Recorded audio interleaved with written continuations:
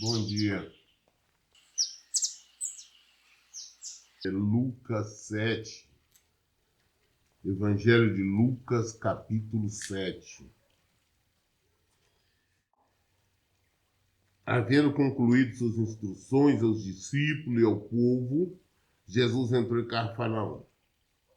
Jesus tinha ensinado, tinha falado, tinha pregado sobre obediência, sobre estarmos firmados na rocha. Ele tinha dito que não adianta estar chamando ele Senhor, Senhor, senão...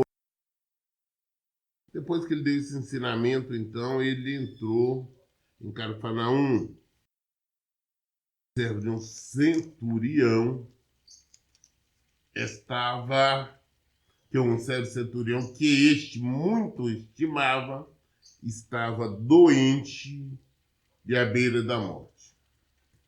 Centurião era um capitão que comandava 100 soldados.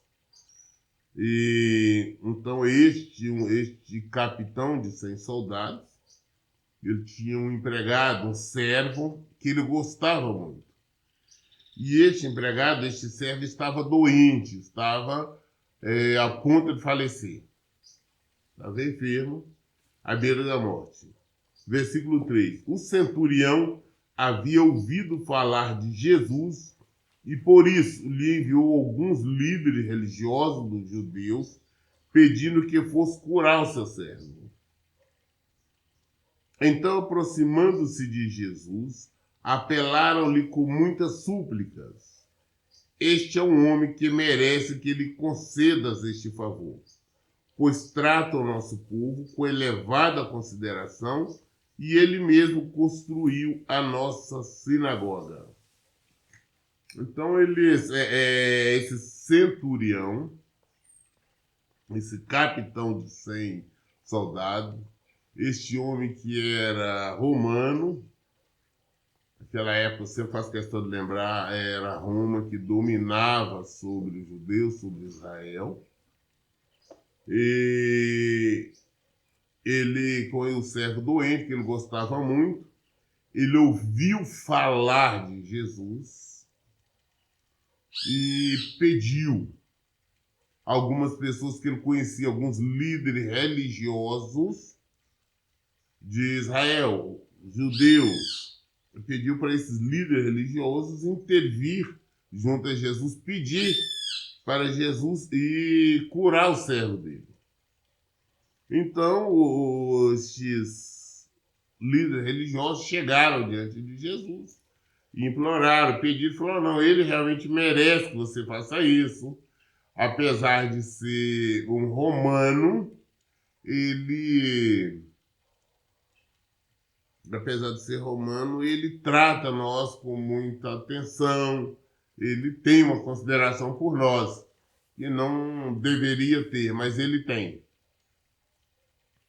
Então, nós vemos que este homem, dois fatores importantes. Ele não era judeu, ou seja, ele não professava a mesma fé, a mesma religião dos judeus.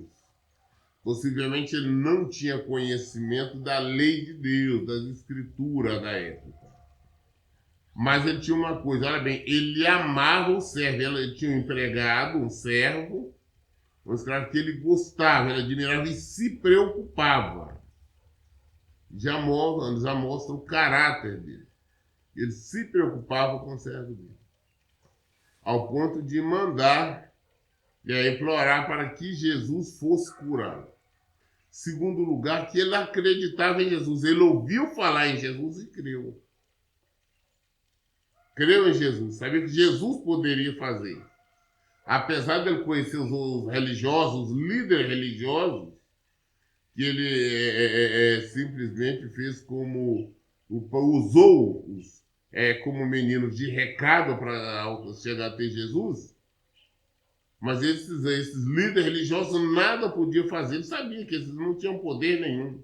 Mas sabia que Jesus tinha poder. Ele não foi perguntar se Jesus podia ou não. Ele falou, não. Peça para ele vir curar o meu servo. Ele acreditava em Jesus, ele teve fé em Jesus. Ele só ouviu falar, mas teve muito mais fé do que os judeus.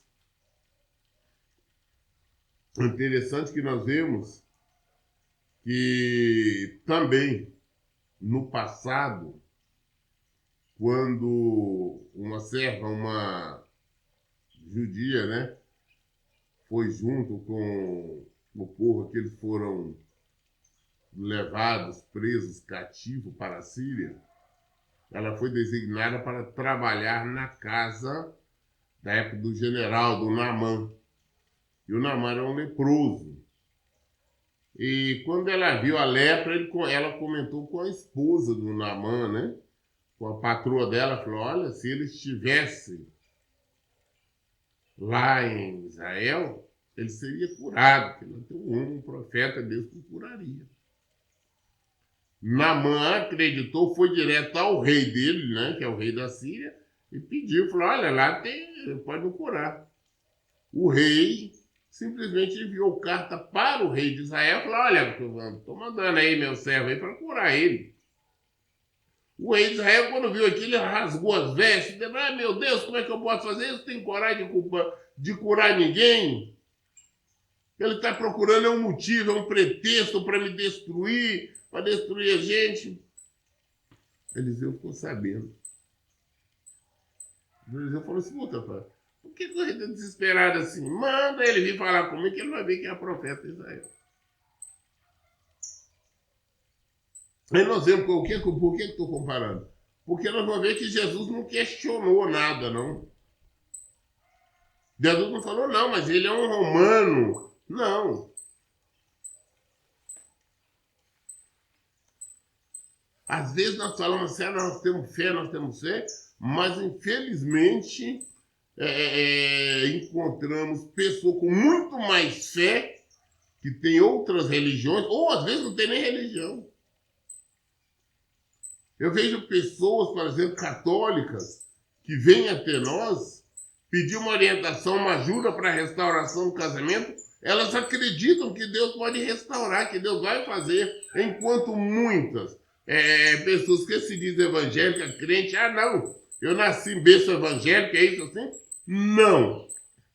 Tem fé, não acredita, não crê, e por isso não consegue nada.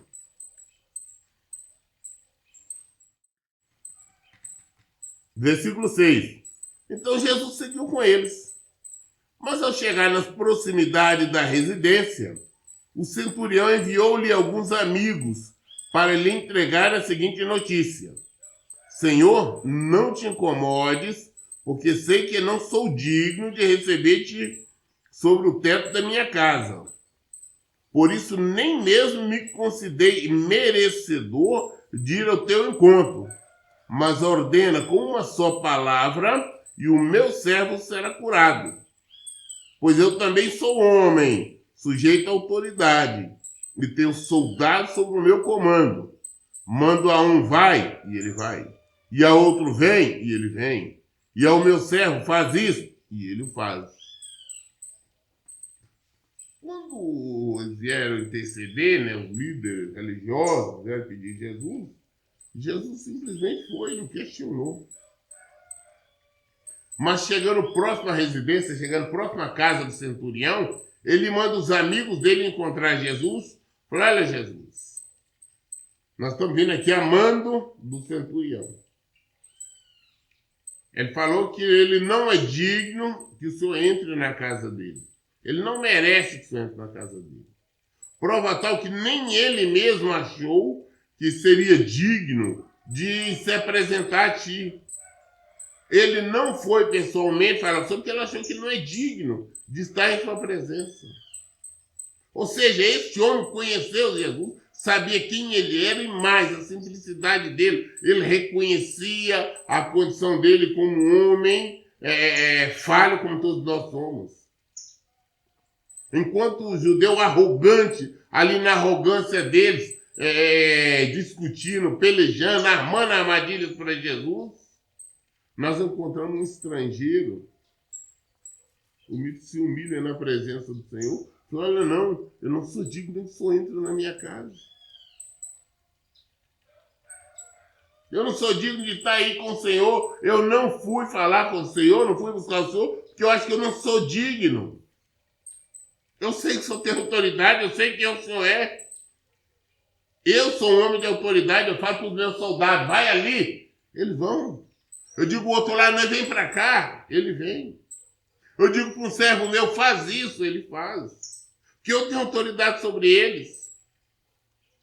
O Senhor tem autoridade também. A autoridade é muito maior. O Senhor só mandar, só dar uma palavra daí, o meu servo é curado. Basta só dar uma palavra. Isso é fé. Isso é fé. Nós estamos falando de um estrangeiro. Ao contrário que esta fé, quem deveria ter eram os judeus. Porque eles conheciam a palavra de Deus, eles tinham a escritura. Eles sabiam que o Messias viria. Sabiam que Jesus era o Messias. Sabiam que ele era o Filho de Deus. Não sabiam porque não queriam saber. Mas não reconheceram Jesus como Filho de Deus, como não reconhecem até hoje. Como até hoje não reconheceram como Messias, e está naquela palhaçada lá de eu estou esperando o Messias vir. Jesus vai voltar pela segunda vez, eles estão lá esperando ainda a primeira vez.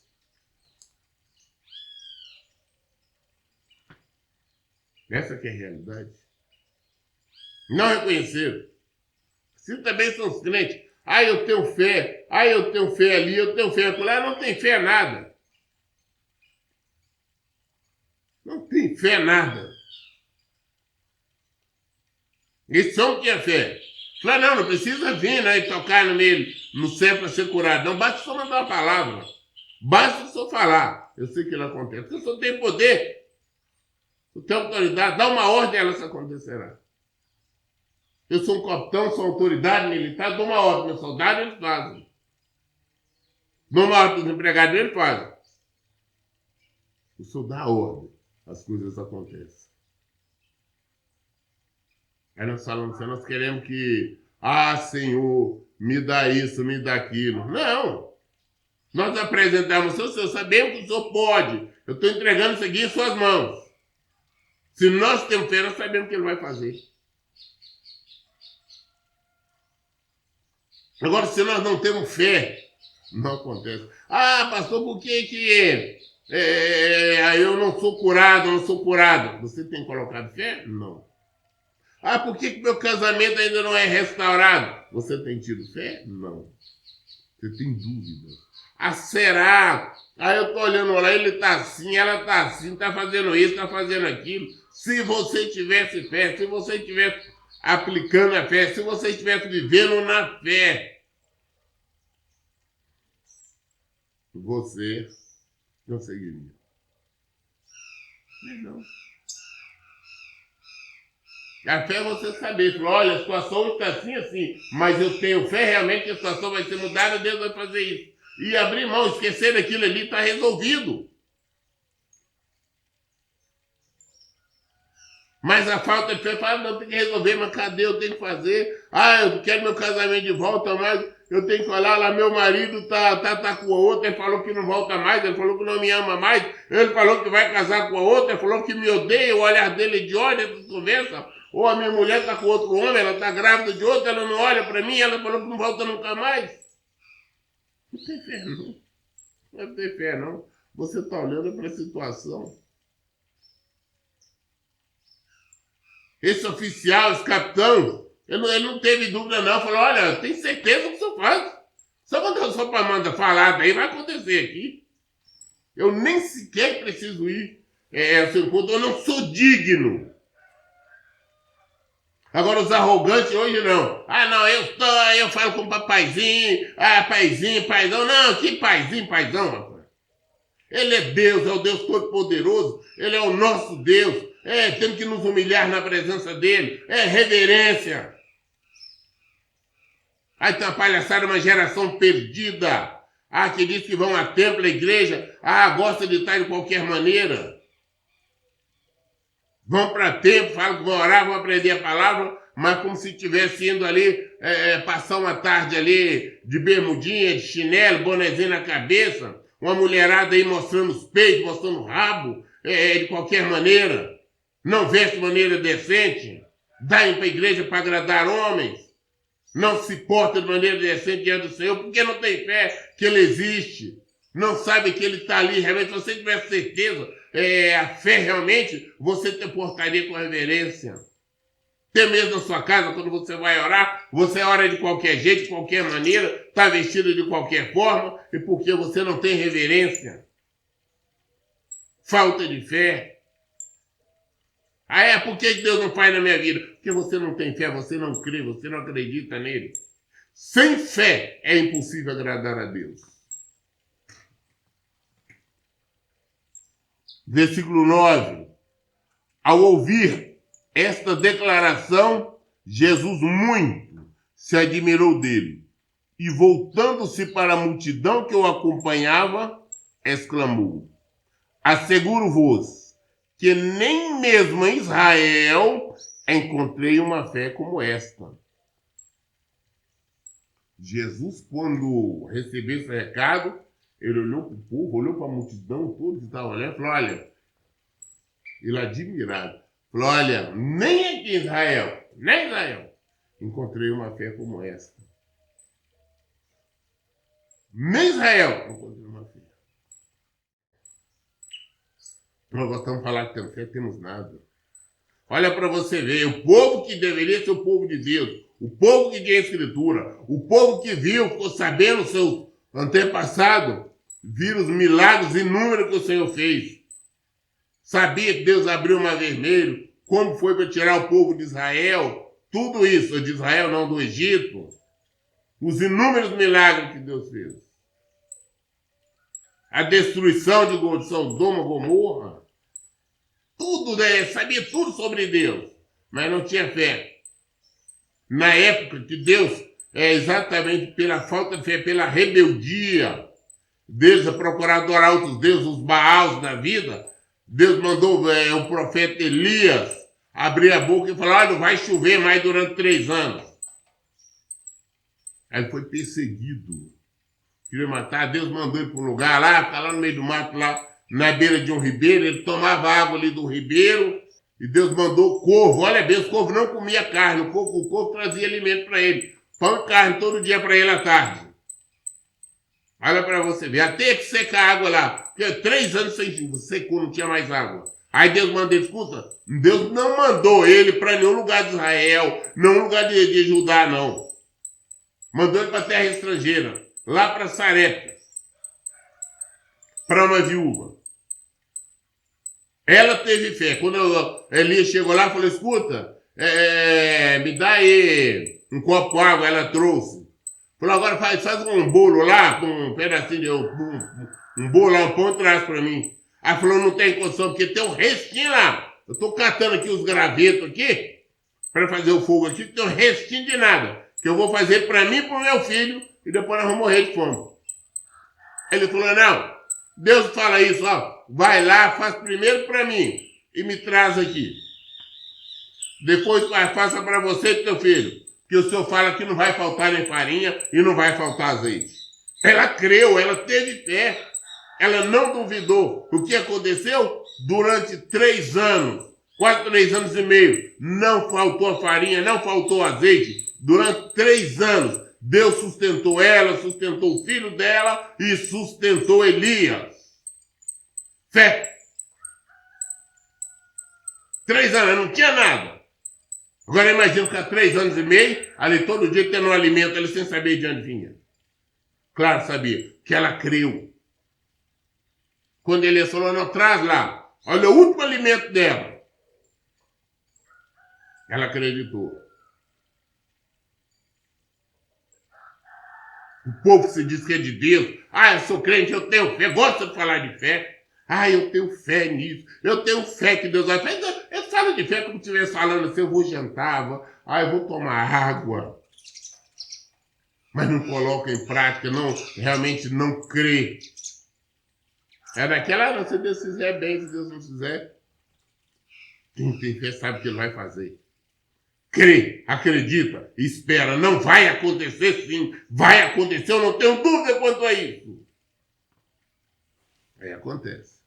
Centurião crê. Jesus elogiou. Falei, rapaz, nem Israel encontrei a fé tamanha desse homem.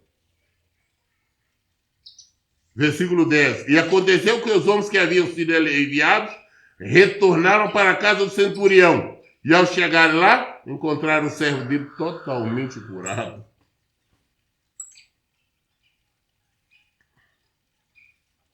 Pronto. Ele teve fé, o centurião teve fé.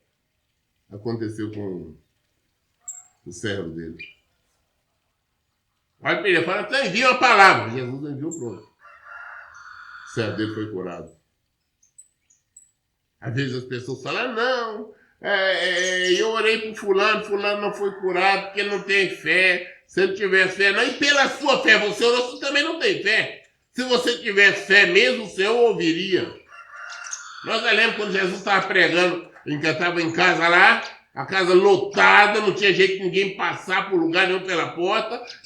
As pessoas pegaram lá um paralítico, descobriram lá o telhado, desceram com ele em frente a Jesus.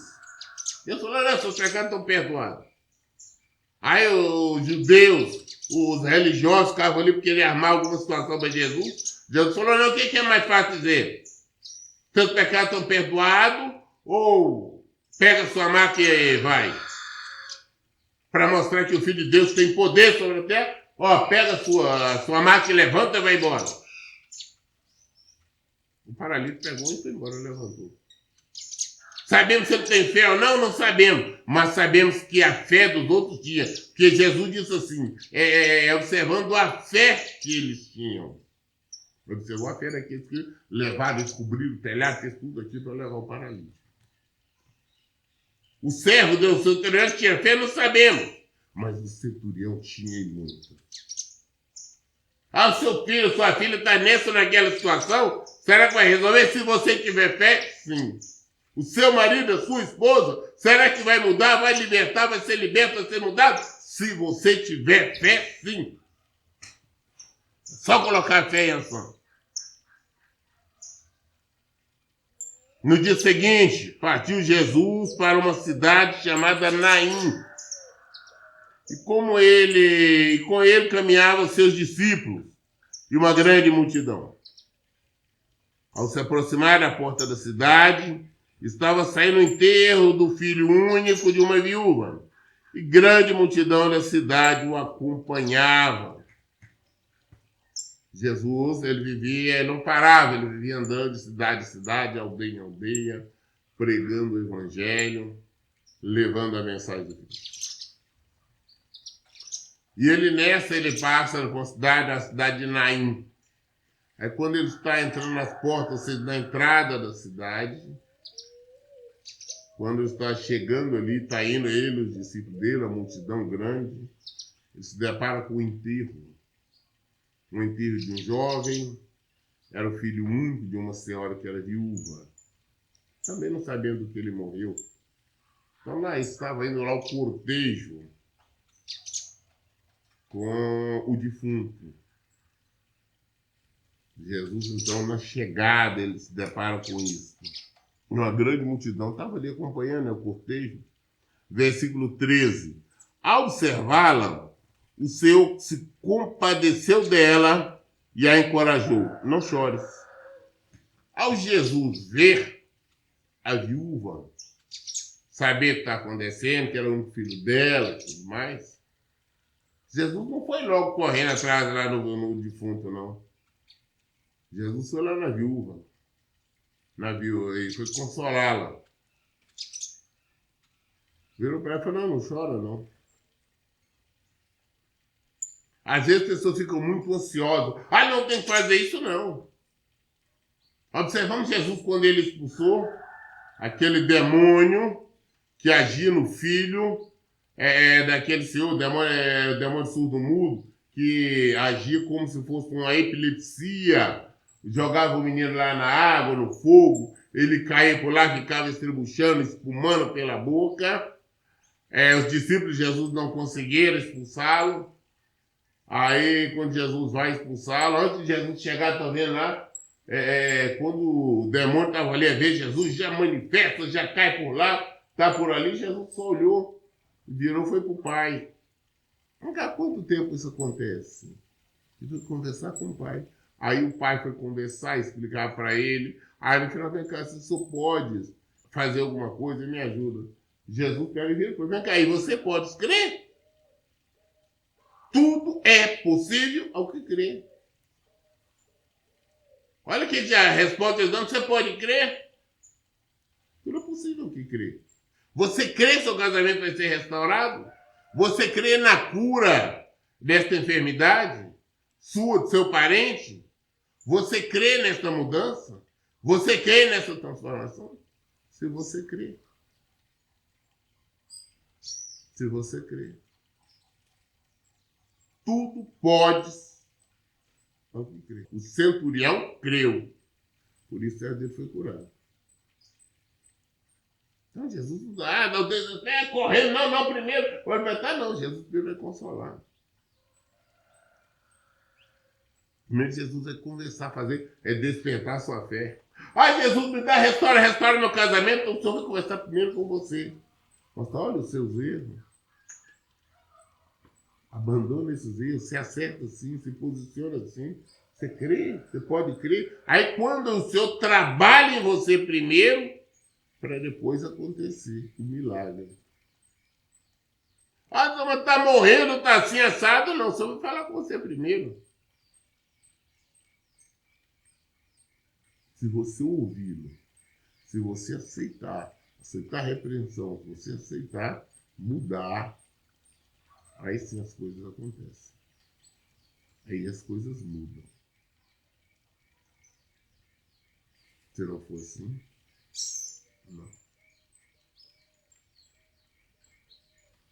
Temos que entender isso. É necessário observarmos isso. É necessário compreender esse Evangelho. O Evangelho de Jesus Cristo. Não é não. Não chora. Fique em paz. Ou seja, eu vou mudar essa situação. Versículo 14. E aproximando-se, tocou no esquife. Então os que o carregavam pararam.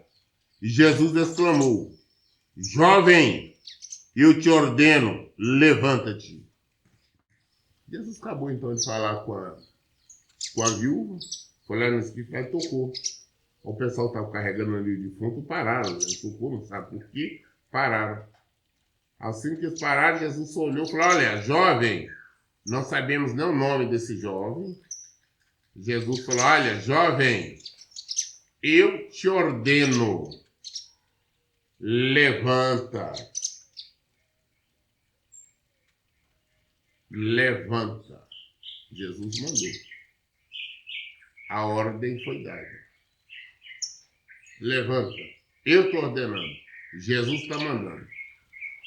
Quando Jesus manda, todos obedecem. Mesmo aquele que está morto, obedece. Mesmo aquele que está morto, obedece.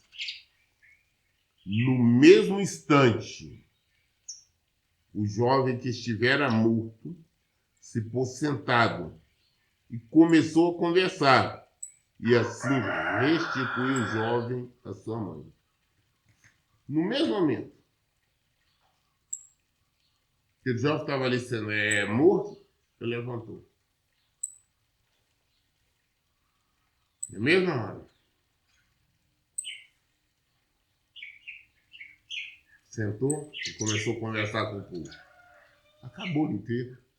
Não tem mais enterro. Que alegria para a mãe.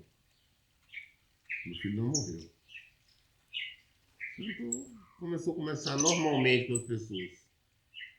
Versículo 16 fala: e todos foram tomados de grande temor e louvavam a Deus, proclamando: grande profeta foi levantado entre nós, e Deus veio salvar o seu povo. Essas notícias a respeito de Jesus circularam por toda a Judéia e regiões circunvizinhas. O povo, quando viram aquilo, Maravilhoso, ó, o grande profeta entre nós. Né? Deus veio salvar o seu povo. Nós vemos agora o povo louvando, exaltando Jesus. Eu só não consigo entender que eu vejo tanta gente exaltando, multidões acompanhando Jesus, mas na hora que ele foi preso, na hora do julgamento dele, não teve ninguém para defender. Só víamos acusações. Pilatos ainda perguntou, não teve ninguém para entrar em sua defesa, todos acusaram. Hipocrisia. Nós lemos hoje o Evangelho de Lucas, capítulo 7, até o versículo 17. Querendo Deus, tendo a vontade dele, mas nós daremos continuidade a partir do versículo 18. Em todo tempo eu digo, todas as dúvidas nós esclarecemos aqui na Bíblia, tá? Toda, não importa qual que é na Bíblia. Todo tempo eu digo, leiam e pratiquem a Bíblia. Que Deus abençoe. Tenha um bom dia.